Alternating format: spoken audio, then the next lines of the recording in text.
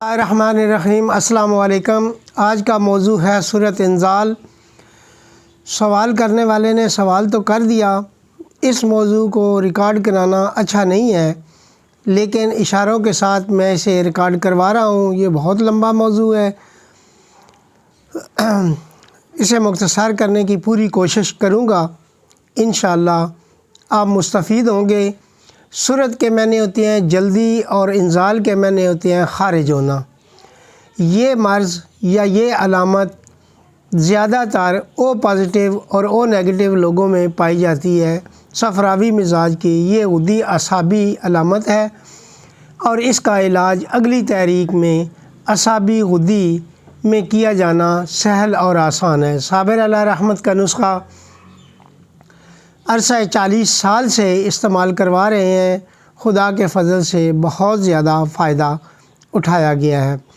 سکمونیا اصلی سکمونیا کی پہچان سب سے پہلے مسئلہ ہے جو ہلکا وزن میں ہو اور صرف ہاتھوں کے دباؤ دینے سے ٹوٹ جائے، وہ اصلی ہوتا ہے۔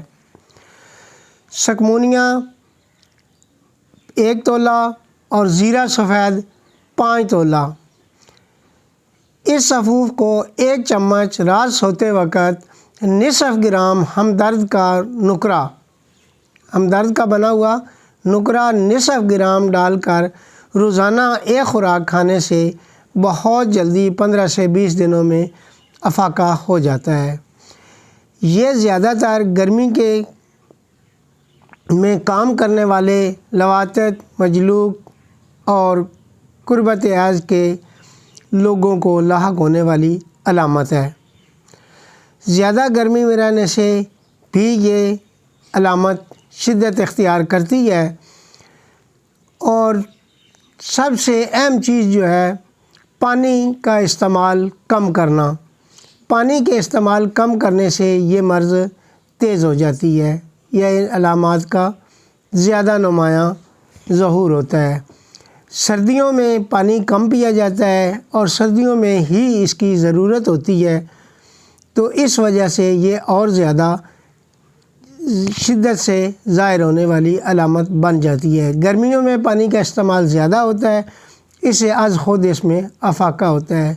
اس کی غذائی علاج میں انار شیریں، سیب، مالٹے، گاجر کا جوس، کدو، ٹینڈے، توری، بھنڈی، عربی، مونگی، ماش اور اس کے علاوہ تربوز کا استعمال، ناشپاتی کا استعمال، کیلے کا استعمال مفید پایا گیا ہے۔ شربت بزوری یا شربت کاشنی، شربت نیلوفر، شربت الائچی بھی مفید ہے۔ زیادہ تر پانی کا استعمال اور غسل اور صبح کی سیر لازم ہے۔ ایسے افراد جو صبح کی سیر نہیں کرتے ان کو یہ مرض ضرور لاحق رہتا ہے۔ وآخر دعوانا الحمدللہ رب العالمین، والسلام